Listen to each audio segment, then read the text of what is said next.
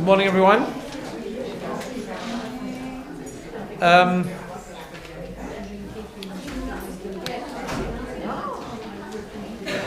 Okay, I think we're going to start.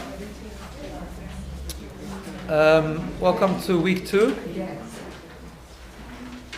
We're working on the concept of channeling negative emotions, which we decided both have good and bad. Now, last week we gave an introduction, which we'll review in a minute, but what we're going to do for the remainder of the series is each week we're going to take a specific emotion and work through it and explore it, understand it, and understand the possibility of perhaps channeling it and expressing it in a positive way. So this week I decided to begin with the emotion of revenge. And the reason I picked that is because, first of all, it's in this. What's that? So that's what I'd like to be going through. Because first of all, it's in this week's Torah portion actually, and I thought that, well, if it's in the Torah weekly portion, it's a good one to choose. Meaning the prohibition of taking revenge is in this week's portion. And also because, just on a communal level, some of the concepts we're going to talk about are very relevant to things that are happening this week. Particularly in the land of Israel, which of course is on our mind, especially today, and in everyone's mind and so on. So I thought some of the concepts will actually be very relevant, and I wanted to sort of cover them a bit. So first of all, let's just review just some of what we spoke about last week. So last week we defined emotions as responses. So an emotion in this context of this discussion is the response response to stimulus around us, and negative emotions, of course, are things that are destructive to both ourselves and other people, and so on. We also established that every emotion has good and bad. So everything has a purpose, right? The reason that we know that everything is good and bad because everything that's created by God, including the non-tangible, like emotions, are there for a purpose because nothing is outside of His creative force. And therefore we need to identify the bad, of course, let it go, but we also need to discover the part of it which is positive and the part of it which is good and the part of which we can utilize. However, we talked about last week 3 very important principles that are important to bear in mind before we embark on this journey. The first is that the whole thing is a journey, and we talked about the Chametz Matzah formula, which means that initially one cannot begin with channeling an emotion into a positive way. If an emotion is negative, you have to let it go. You have to leave it, completely surrender, confront it, do something else, replace it with something positive, like the matzah concept, which is complete humility, complete surrender, get rid of all the stuff that gets in the way, that is remotely connected with ego, and then begin the journey of self-growth and self-refinement, and eventually then reintroduce, as we do with Chametz, to reintroduce that concept and find the good and be able to express it positively. But it never works if we leave the negative there and try to express the good while the negative is there. We have to let go of the negative first and then create a clean slate so that we can then discover the positive. The second concept we talked about was that ego, and by extension stubbornness and rage, actually are the only things that have no good, because they are the forces that conceal good and they stand in the way of good.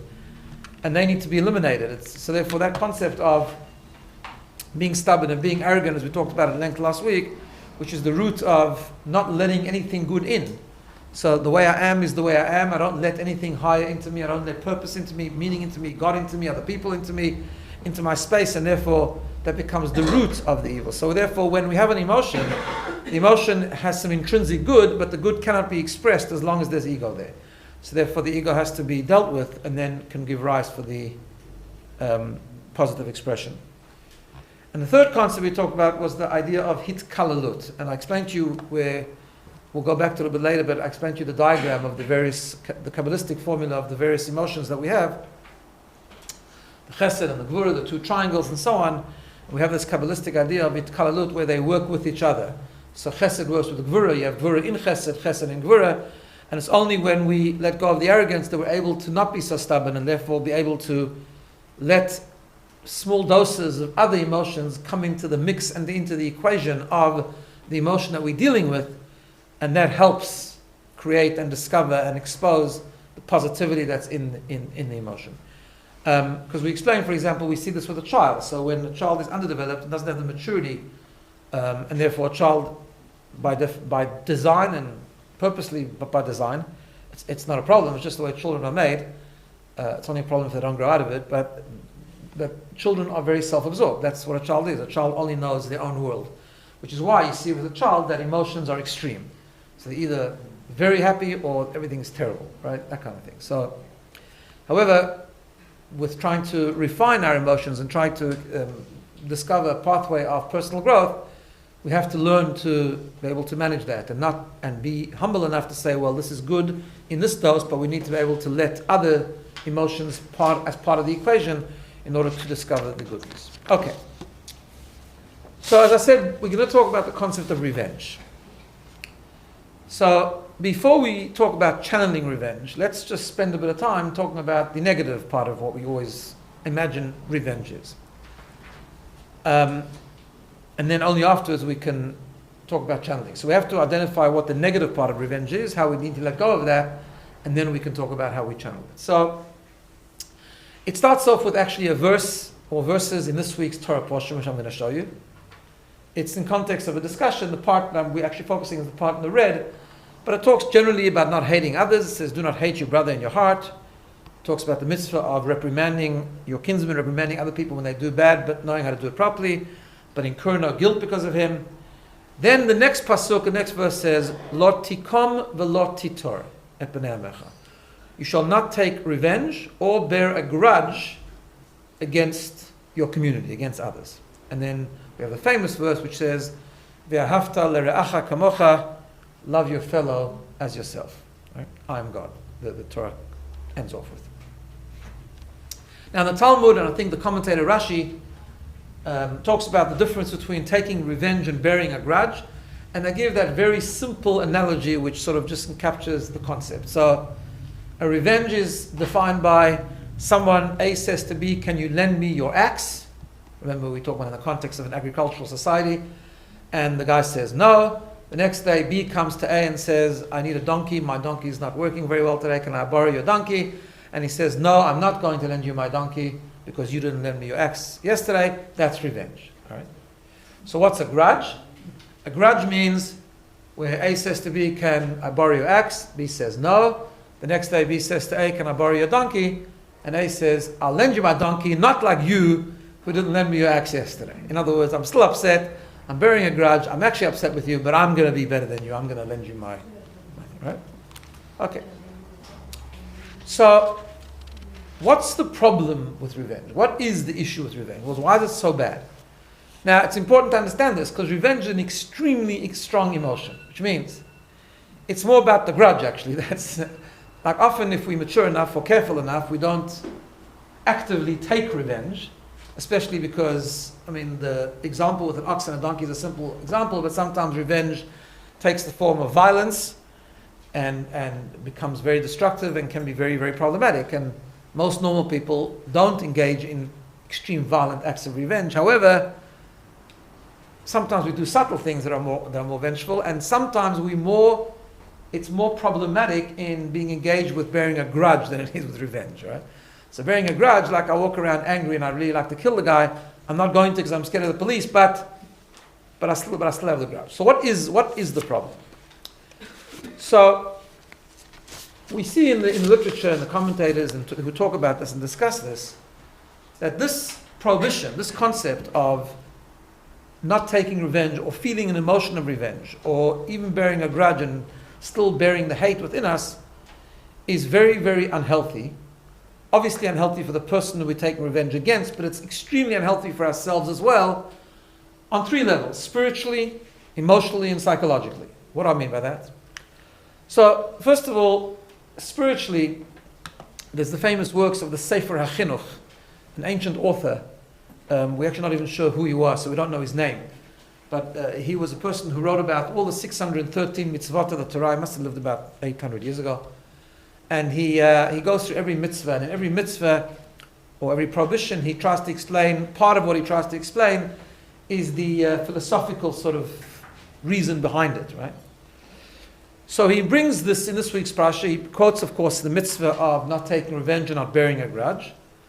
And he says something that we've discussed previously, and he says because when a person wants to take revenge, it's a spiritual problem, first of all. Because what it means is that the person doesn't believe in hashgacha pratit. It means we don't really believe in divine providence. We don't really believe that everything that happens has a purpose. And he brings the famous idea that fundamental to Jewish belief is that anything that happens to us has a meaning, right? Everything that happens to us has a purpose. Now, we've explained previously this can be theologically quite complicated sometimes, because what it means is, because we know that we do have choice, and we've often quoted the famous passage in the Talmud that says everything is in the hands of heaven except for fear of heaven, which means I'm not in control of anything that happens to me, but I am in control of my moral responses, right? Which would therefore mean that so are you responsible for your moral choices, which would therefore, erroneously, we would arrive at the conclusion that if you do something to me, in other words, you made a moral choice that was wrong, and you hurt me, then I have a right to be angry with you, and even to want to get you back, because you were in control of that. And the answer to that is that that's actually not true. That we, and again, this is not the time to go into the theological depth of this and the complexities, but what we do believe is that what happens to me was meant to happen to me. The fact that you had a choice, you had a choice. If you wouldn't have done it to me, something else would have done it to me. In other words, if God wanted me to go through a certain experience, it's going to happen. Your choices are your choices, and it's between you and God, and you're responsible for your choices if they're moral choices. But if something happens to me, I need to I can take protection. That's a moral responsibility, to live responsibly, to make sure you don't do it to me again. I'll put a lock on the door. I'll not interact with you, whatever the case is. But if something already happened, fundamental to Jewish belief is that there's a purpose in it. It was meant to happen. Maybe it's meant to make me a stronger person. Maybe it's just meant to make me learn how to communicate better so I can communicate it with you. But to be violent about it, or to be hateful about it, or to take revenge, that means that I'm angry about the fact that this happened to me. In other words, I believe there was a choice. I believe it didn't have to happen to me, and therefore I'm angry with it. And that's a problem. That's a spiritual problem. We know this very, very clearly, and we've often talked about this. One of the greatest examples of someone who didn't do this was Joseph, Yosef HaTzadik in Egypt, when his brothers, when they were discovered, when he revealed himself to them, and they were petrified that he was perhaps legitimately going to use his power as the viceroy of Egypt, which he was now in the position of, and he was going to use his power to take amazing revenge against his brothers who had done terrible things to him, that sold him, that sold him as a slave, that misreported what happened to his father, that caused him loneliness and isolation for 22 years, and so on and so forth. And he turns around and says to them, please do not be afraid, I will not take revenge, because you didn't send me here. God sent me here for the purpose of, because it was destined for the Jewish people to come to Egypt, it was destined for there to be a famine, and I was the one who was chosen to be the messenger to provide sustenance. It's one of the most powerful verses in the Torah. Ki lemifya shlachani, because God sent me to provide sustenance. That's an amazing level to be able to.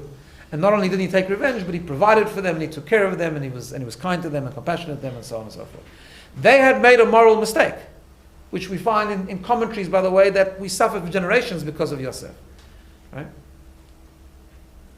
In fact, I'll just tell you something interesting, just by the way, because we're just coming from Pesach.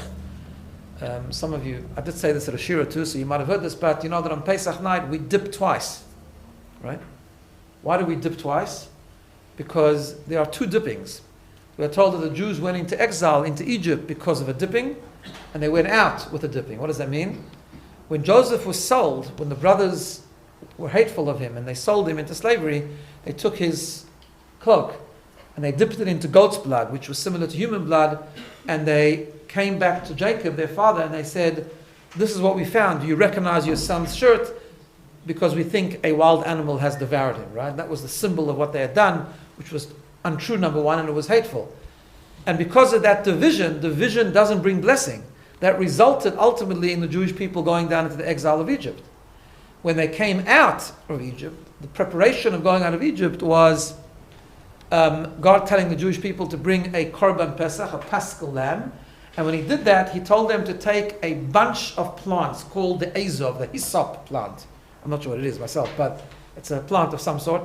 And they were supposed to dip it into the blood as a not just one plant, but a bunch of them together, and put that blood on the doorpost, and that was going to be the sign of the Jewish homes, right?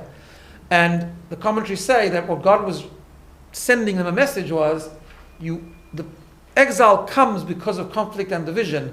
Redemption comes because of unity and togetherness. And that's why I want you to take plants which are together, bundle them up together as a symbol of unity, because you need to go out as a nation, as a united people, and that brings blessing and redemption. On Pesach night, we make reference in the Manishtana to the Shtei Pamim, the 2 times that we dip. This is also the symbolic reference to the 2 dippings. Okay. So Yosef HaTzadik was able to do that. The brothers were punished ultimately for that, and many things happened during Jewish history because of that. But as far as he was concerned, he saw what happened to him as a mission, as a purpose. So that's the first reason why taking revenge is spiritually unhealthy. Emotionally, it's unhealthy because revenge comes from hate. Revenge is about carrying around hate within our hearts. We've talked many times about the concept that it's never healthy to have hate within our hearts. Hate that festers in one's mind, in one's heart, is destructive, it's unhealthy, it breeds sadness, it breeds dysfunctionality, irritability. All the bad things come when we're in a mindset of hate. And therefore, we have that verse that comes before taking revenge, which God says, do not hate your brother in your heart. The worst thing is to walk around with feelings of hate, right? What we can do sometimes is we can share that disappointment with others in an effective, constructive way. Shulchan Aruch says, because why did the Torah say you shouldn't hate someone in your heart? Because the real prohibition is to walk around with hate in your heart. If you really are not able to manage it yourself and to get rid of it, you actually have to go and have a discussion with the person. Not revenge, but you have to have a discussion with the person to actually talk it through so that it comes out and it's communicated properly and it's resolved. So hate is a very, very powerful emotion, and it's unhealthy, and therefore that's one of the reasons the Torah says do not take revenge, but not only do not take revenge, but do not even bear a grudge, because that's what bearing a grudge is. Bearing a grudge basically is carrying around hate. Yeah. Rabbi, sorry, what happens if they don't want to talk to you? Good question. Send them an email. No. What it's a person, let's say you want to resolve it with someone, it's a very important question. But the only thing we can do is we can try, and we can try get it out and be polite and respectful and work it through in a positive way ourselves and hope that they respond. Doesn't always work, but we hope. Right? Often when we approach it respectfully, that's what brings a respectful response, but not always. Now, psychologically, also, it's a very, this concept of taking revenge or bearing a grudge is a really, really very unhealthy thing, which really is very, very much part of the discussion we had when we talked about the book The Choice, right?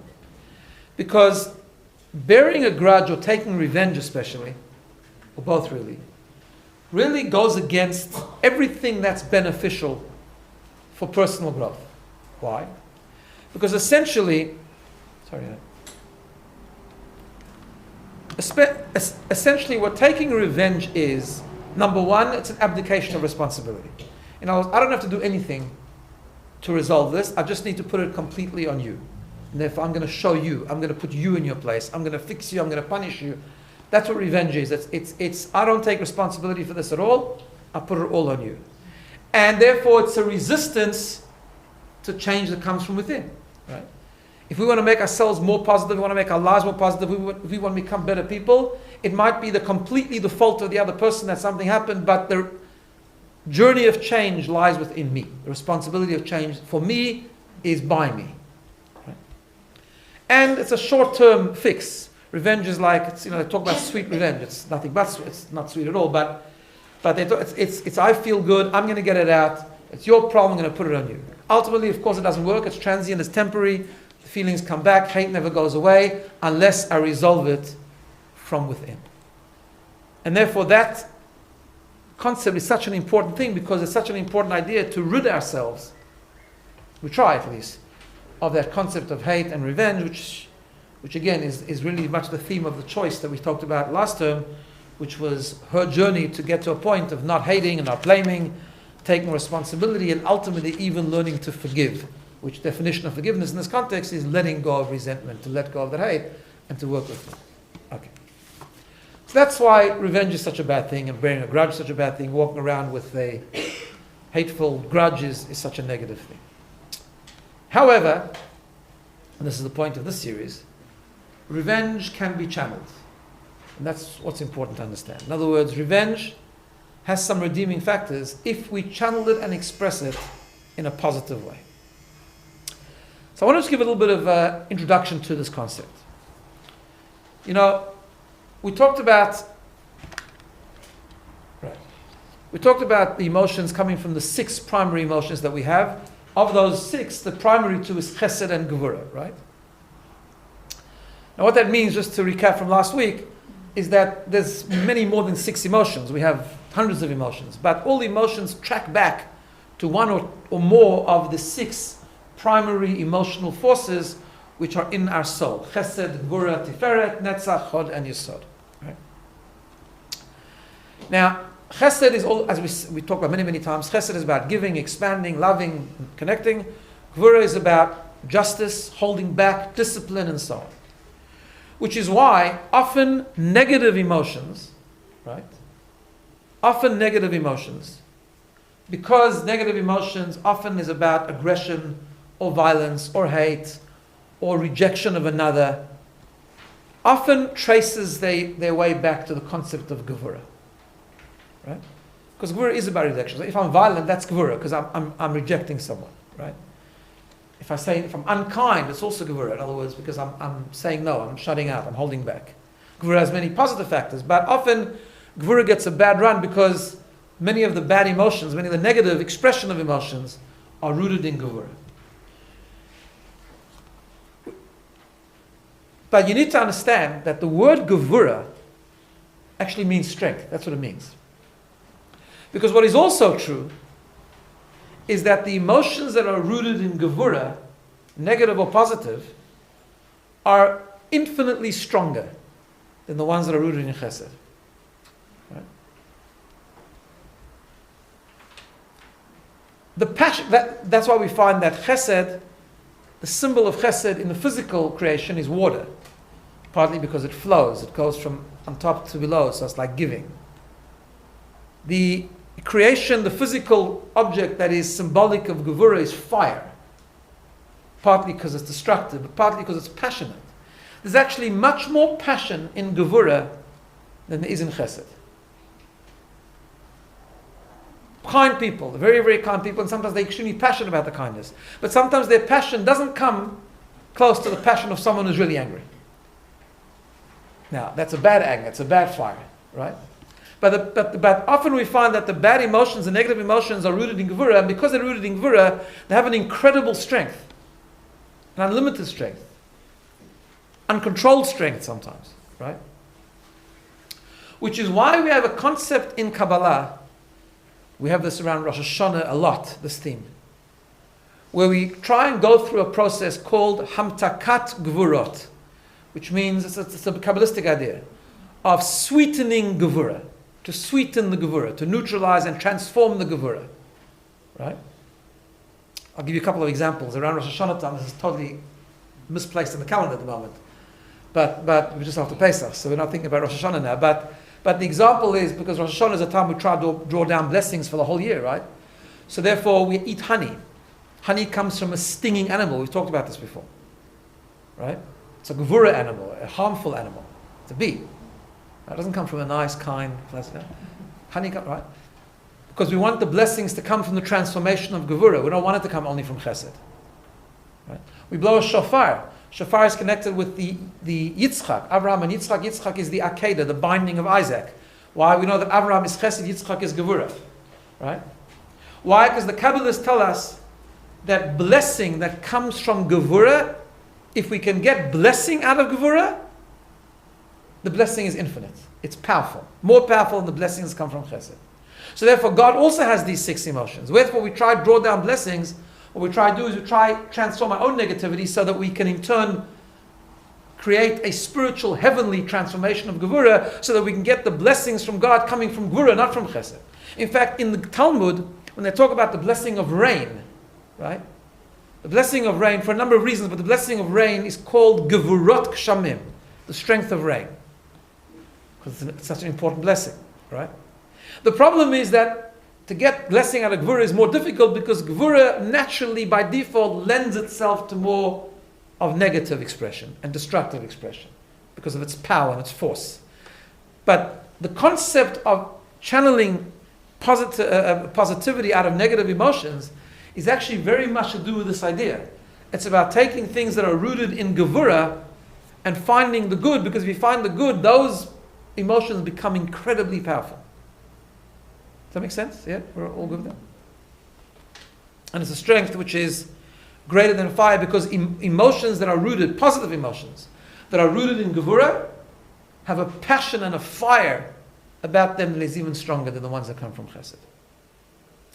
See, often you find this. You find this with Chesed people are very calm. But also, they because everything goes, like they, yes, they'll give you anything. Like, it's actually a calmness, like water. But the calmness sometimes is a deficiency, because sometimes you need fire. Right? And that's where we find it. We find it in Gevura, which is interesting. So, let's go to revenge. Revenge is very much a fire emotion, very much a Gevura emotion. It's rejection, it's aggression, it's and we find, unfortunately, if you look at the statistics, which in modern times is more trackable, and we sort of know these statistics, the amount of women, for example, that are killed in domestic violence issues, right? And it's all revenge, that's all it is. It's one emotion, uncontrolled revenge, right? The power that it is in the power of revenge is crazy. And the amount of destruction and dysfunction that happens in the world because of the power of revenge is unbelievable. The power of hate, the power of revenge, right?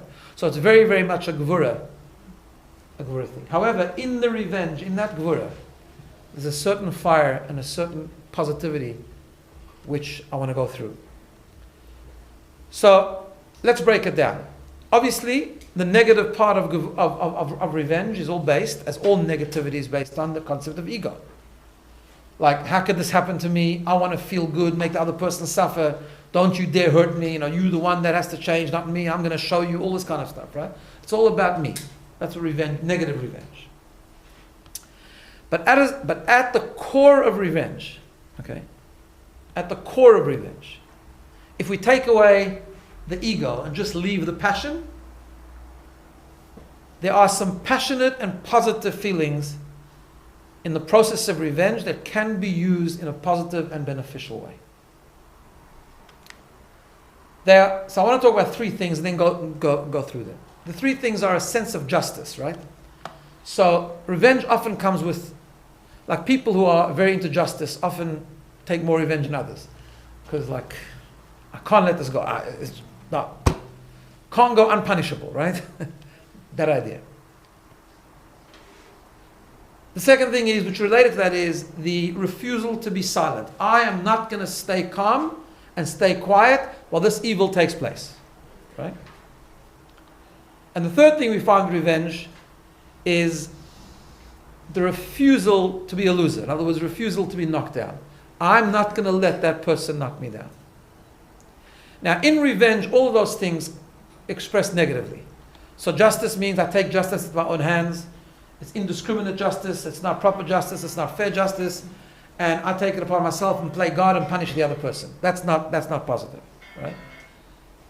The refusal to be silent is also not positive, because it's coming through ego, and therefore it's just about me, and therefore it's normally ineffective, and it's through rage and bad talk and evil talk and negative talk and so on and so forth. And the same thing, like, I'm going to show them, it's more about putting the other person down. There was once a great master of ethics called Rabbi Stroll Salanter, his name was, and he said that there's two ways to be taller than someone else. The one way is to grow, and the other one is to make the other person shorter, right? So often with revenge, this feeling that I'm not going to let you hurt me is about making sure you become hurt so I can be stronger, right? So that's all negative. However, these, at the very core, these three ingredients, these three components of revenge, the sense of justice, the refusal to be quiet, and the refusal to get knocked down, are actually in essence good things, if we use them properly and we remove the ego. So let's try and break them down a bit.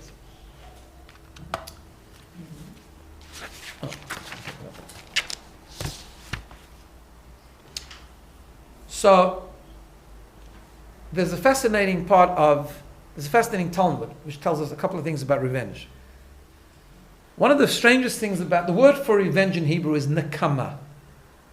Nakama, right? Which means lotikom, which is the word, the noun is nakama. Which we normally take revenge to be a negative thing, right?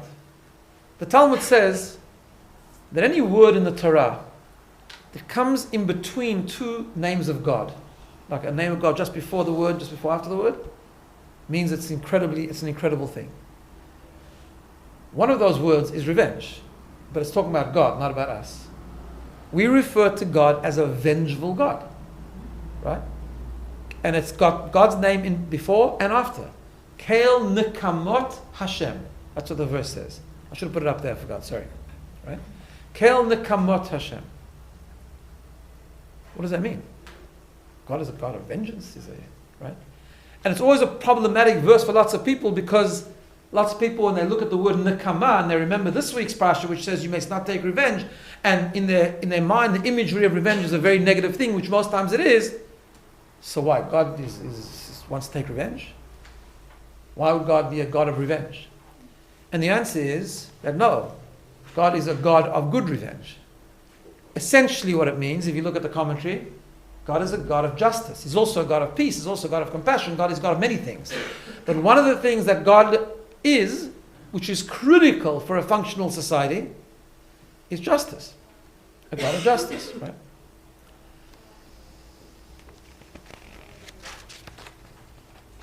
Rabbi Sachs has a beautiful little article where he talks about the confusion and the difficulty in distinguishing between what he calls retribution and revenge. Right? Justice is not always the journey that we need to take, but justice is important. In order for a society to function, in order for good to prevail in the world, because God decided to make a world where there's good and bad, he decided he wanted us to choose good. Inevitably, there's bad in the world. And the only way that bad goes away is if there is some form of justice. Right? So he quotes a very fascinating piece of Maimonides, the Rambam, where we find that negative revenge is replaced by positive justice. So for example, it's the story in the Torah about the person who killed someone else unintentionally, right? Unintentionally, but with careful planning could have avoided it. I guess the best modern term for that is manslaughter as opposed to murder, right? So murder in the Torah is a capital punishment. Manslaughter is not a capital punishment, but it does require what they call running to the cities of refuge. In the Torah, there's a concept of the cities of refuge. They were all over Israel.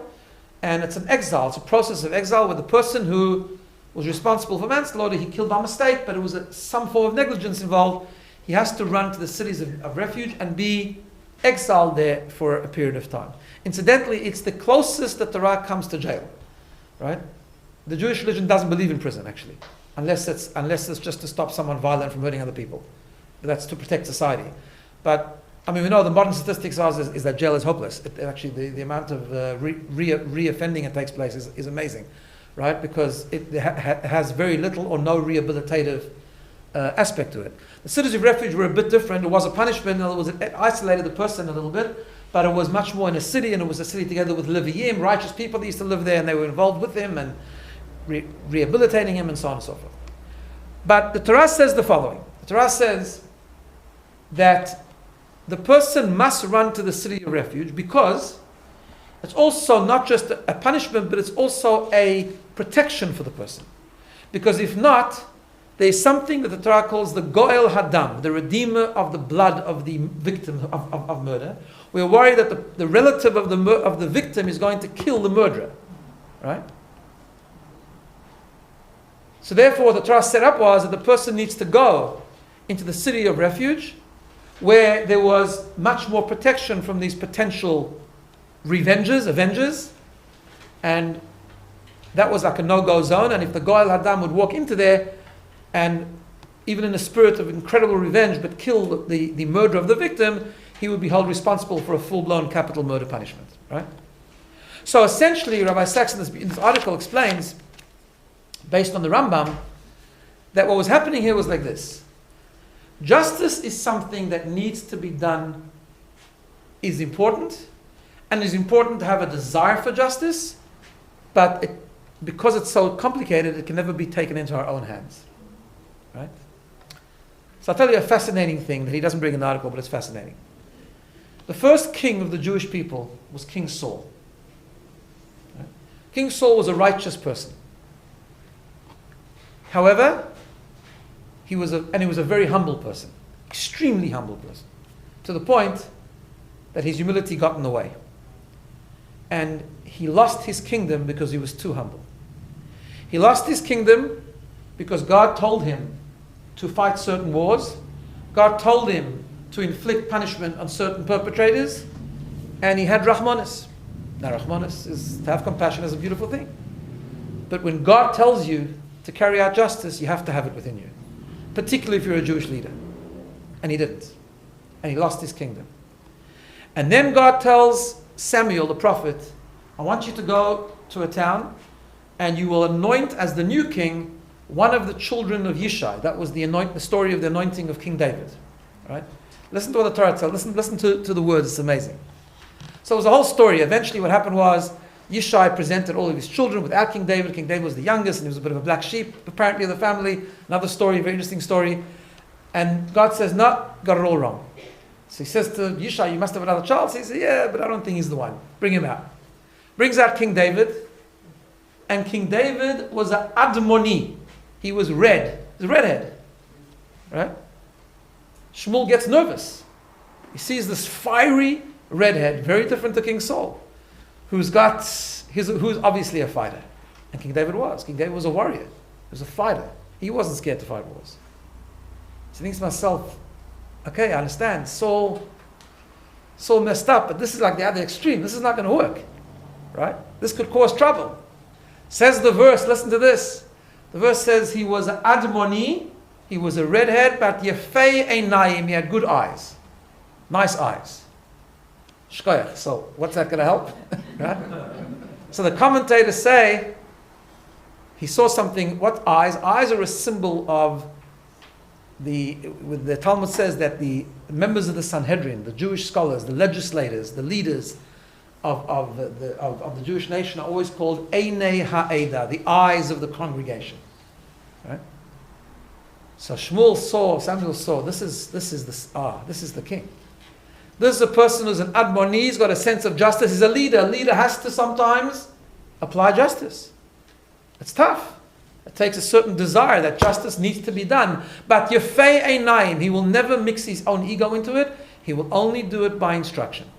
He will always look to know when is it right and when is it not right.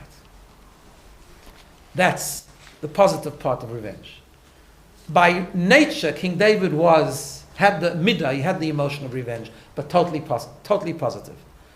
He was able to go and fight God's wars, and he fought God's wars. And in fact, it was only in King David's time, hundreds of years after the Jewish people came to Israel, that all the wars were finally fought, and Israel was conquered, and Yerushalayim was conquered. They were finally able to build a temple. Mind you, interestingly enough, God didn't allow King David himself to build a temple, because he says at the end of the day, the temple is not a place of justice. The temple is a place of peace. And you're a warrior, a good warrior, fantastic warrior, a warrior that applied fire and vengeance when it was needed, and when it was guided, and when it was instructed, and when it was selfless. But bloodshed nonetheless, bloodshed is never a happy thing, even when it's necessary. So your son, King Shlomo comes to the word shalom, which is peace, he'll be the one to build the temple. Okay, so the King David laid the plans. So that's a concept. All right. Simon Wiedenfeld, by the way, in his book, he called his biography Justice, Not Vengeance. Right? Which is a very, very telling thing, and that's probably, justice needed to be done, and that was a good process, but it wasn't coming from a place of vengeance, it was coming from a place of justice. So that's the first good aspect of revenge. The second is the desire and the determination not to be silent. Now, the Talmud again talks about this. It's one of the places where the Talmud talks about revenge in a good sense. It's a very complicated piece in the Talmud because the commentaries battle.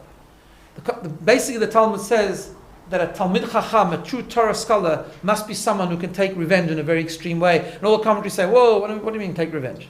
Revenge is a bad thing. The other piece of the Talmud that all scholars, that great scholars went to great pious men went to sleep at night, and before they went to sleep at night, they always forgave everyone. They didn't have any personal agendas and personal revenge, and so on and so forth. And there's a lot written on this whole subject, and the concept that comes out is as follows: that it's not about personal revenge, but Jewish leaders, and by extension every person, because every person, as we've talked about many times, is a leader on some level, has to be able to call out evil when there's evil.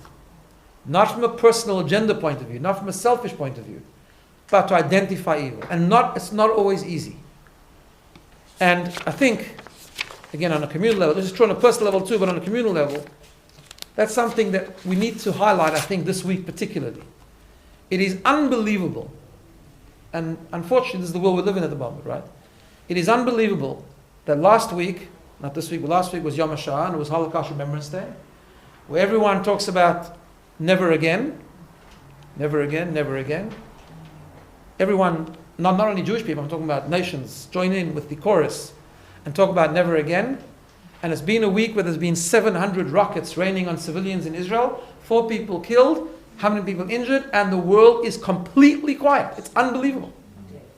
Nothing. Not a word. Isolated here and there. Right? I'm not a guy who's into politics, but in America there's I don't know how many Democratic candidates, there's about 14 of them or something, right? None of them have said a word, none of them, right? It's an incredible thing, because apathy, sometimes it's more intentional than apathy, but apathy is terribly destructive. We know this too well from history of the Holocaust, where it's not my problem, I don't want to get involved, I don't want to speak up, I don't want to be unpopular, right? This is true on a world level, but it's true on an individual level.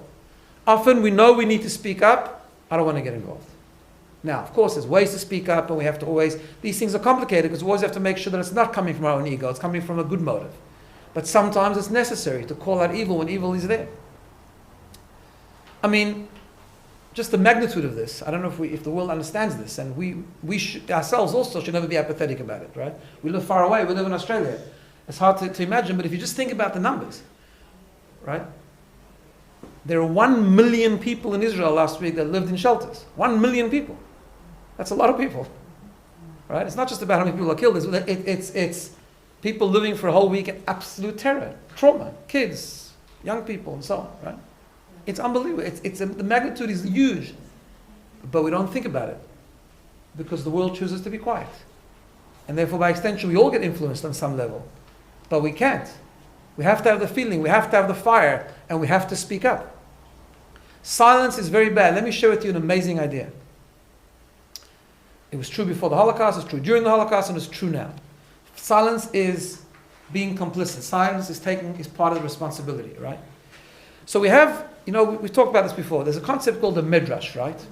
Now, midrashim is a part of Jewish learning, but sometimes we have midrashim that are cryptic, written in a very cryptic way. They have a name. It's called, in Jewish learning, it's called Medrash Pliyah, which means a funny medrash, and it needs insight to decode the medrash to see what it means. So it's a very, very strange medrash. In Tanakh there's a character called Eov, in English Job, who lived a life of terrible suffering.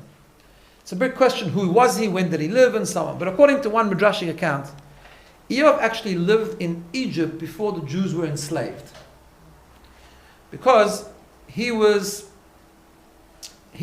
one of the 3 advisors that Pharaoh had. The Medrash says that Pharaoh, this is not the cryptic Medrash, the cryptic Medrash is something else. But Eov lived a life of suffering. He was one of the 3 advisors. What happened was as follows, that Pharaoh had 3 advisors: Yitro, Jethro, Bilam, and Job. And he called them one day and says, we have a Jewish problem. What are we going to do with the Jews? They're multiplying, they're growing. Yitro said, no, you have to leave them alone. You have to be kind to them. Pharaoh wanted to kill him, so he escaped and he ran to Midian. Later on, he became Moses' father-in-law. Eov kept quiet. He's not getting involved. Bilam, which is an open anti-Semite, and said, enslave them, persecute them, and so on. Yitro became Moses' father-in-law. Bilam eventually was killed, and Eov suffered. So the question is, Eov actually at the end of the day got a worse punishment than Bilam. Bilam lived a good life. At the end, he started up with the Jews and he got killed, okay? It's a few minutes of suffering. And he lost his life. True. Bad. And live a life of torture and suffering, as Eov did. If you read the account of Eov, it was a very, very terrible life. Perhaps a bigger punishment. So why did he get a bigger punishment? So the answer is in this cryptic medrash. Just last week in the Torah we learned about the two sons of Aaron that died. Nadav and Avihu. Just bear with me here because it's a little bit of a journey still. You'll see where I'm going in a minute. Right? Nadav and Avihu, they did something. They went into the tabernacle. They brought a sacrifice they weren't supposed to bring. Anyway, God killed them. So the Medrash says, why did they deserve to die? Because it says that one day Nadav and Avihu were walking behind Moses and Aaron. And Nadav said to Avihu, see those two old men? When are they going to die so we can take over? And because of that, they died. Says the Medrash, when Job heard the story of Nadav and Avihu, he worried. He worried. That's the Medrash. What's Eov got to do with Nadav and Avihu? The answer is like this. The Medrash says that Nadav and Avihu died because Nadav said to Avihu, when are those two old men going to die so we can take over? That's a very disparaging and disrespectful remark to make about Moses and Aaron, correct? So we understand he would deserve to be punished. But Avihu didn't do anything. Nadav said this to Avihu. Avihu didn't say anything. So why did Avihu deserve to die? Says the Medrash that when Job heard the story, he panicked. He said, ooh, silence is a problem. Avihu didn't say anything, that's the problem. He didn't say, that wasn't a very nice thing to say. That was disrespectful. We really shouldn't be talking like that about Moshe and Aaron. When Job heard that for silence you also get killed, that for silence you also get punished, Job panicked. And what he discovered later was, not that for silence you also get punished, but for silence you get punished worse. Because silence is worse sometimes. It's passive, it's apathetic, it's dismissal, and therefore that one aspect that we learn from the concept of revenge is the determination not to let it go. Now, not in a revengeful way. It's got to be done very carefully. Again, channeling negative emotions are never simple. You always got to make sure it's not the ego getting in the way. It's always got to make sure that the motives are right. It's got to be done in the right place, in the right forum, in the right context, at the right time, and so on and so forth. But staying silent isn't an option. Speaking up is sometimes necessary and critical, difficult, sometimes confrontational. But particularly people who are in some sphere of influence, or whatever that sphere of influence is, whether it's with family, whether it's with friends, whether it's a community, you cannot afford the luxury of saying, I want to stay calm. I don't want to get involved. So that's another aspect of the positivity of the concept of revenge. And finally, there's another unbelievable idea behind revenge, again, if it's channeled positively. I want to just demonstrate a little story that I heard last week. There was a plane, an El Al plane, flying over Germany. And suddenly it was on Yom HaShoah. And the pilot gets onto the microphone. And he says the following. And there's a recording of it, it's a beautiful thing. He says, I'm an Israeli pilot. All 4 of my grandparents were murdered by the Nazis. He says what they would think of their grandson being a pilot, an Israeli pilot, flying over Germany is unimaginable. And the whole plane, he wrapped it in a song. It's so beautiful. They all started to sing Kol Ha'olam Kulo, Geshet Sarmo, the whole world is a narrow bridge, and I know, right? That's real revenge. That's the revenge we need to always focus on. That's the revenge that Edith Eger talks about in her book. That's the revenge. And we should have that revenge. In other words, the revenge should be that if something happens to us, it should bring out a fire. It should say, no, you can't hurt me. I'm going to become a stronger person. I'm going to become a better person. I told you the story many times. It's a similar story about the Kloisenberger Rebbe who started the Leonardo Hospital in Netanya because of a promise he made in the war. And when he used to go between Israel and America, and when the first baby was born in the maternity ward of the hospital, he was in America, and they called him so they should hear he lost his whole family. He lost a wife and 9 children. Unimaginable. And he heard the first baby cry in the hospital, and when he heard the baby cry, his comment was, that's my revenge. That's a Jewish revenge. That's a real revenge. To get knocked down and say, that's a chodesh ken koyach, like I say in Yiddish, I have no koyach anymore left, that's it, I'm going to let it go. Yes, we let it go in terms of letting the negativity go. We must let the ego go. We must let the hate go. We must let the negative revenge go. But we mustn't let go. What revenge teaches us is, you don't let go. You become a better person. You fight back positively. You create goodness. And the Jewish nation as a whole knows this well. As individuals, we don't always know it so well. As a nation, we know it unbelievably. The resilience. Just look at the last 71 years. It's just unbelievable miracle, right? Because we don't become victims. We say, no, we're going to become stronger. We're going to create. We're going to innovate. We're going to become more spiritual. On a spiritual level, on an economic level, there is today, on a spiritual level, there is more people, more Jews, more students learning in yeshiva today than for centuries. Perhaps maybe the most in history. It's unbelievable, the Torah learning that's going on today. The economic boom, the miracle, with all the, there's a lot of negative stuff happening too, but we're not perfect yet because Mashiach hasn't come yet. But the miracle, why? Because that's the fighting spirit. That's the true revenge of the Jewish people. So these are the three things that we need to learn from revenge, and that's not only communally and worldly, but also in our own life. If we get hurt, if someone hurts us, we need to let go of the hate. We need to let go of the ego. But sometimes we need to stand up for justice. That's a complicated one. There's another discussion exactly how we do that at an individual level. We certainly have to have that sense of triumph, sense of not getting knocked down. And sometimes we just have to stand up for what is wrong. Sometimes we cannot have the luxury of just saying, I don't want to get involved. Sometimes we have to have a hard conversation. It might be with a child, it might be with a friend, it might be with someone that's hurting someone else. We have to sometimes have that determination not to be silent, because silence is very bad. And when it's done to us, we have to have that fighting spirit to be able to say, my revenge is, we get up again and we keep going and we become a better person and a stronger person. That's the positive lesson. It's the fire, the gevura, the fire that comes out of revenge. Fire, and that fire is infinitely stronger than just normal positive living. Normal positive living comes from chesed. Chesed is water, it's calm. It's good, it's fantastic. You can live a whole life of chesed, just chesed, and it's very good. You'll do good things, you'll be a great person, and you'll finish time on the planet beautifully. But it won't be close to fire, to gevura. Good gevura is unbelievable. And that fighting spirit and that determination is what makes positivity have a quantum leap to a whole new level. Just before we finish, I want to wish everyone a tremendous week, but also we've now launched our raffle. This is a big fundraiser for the year. Please buy 1, 2 or more tickets. See the office or do it online and spread the word. Have a wonderful week.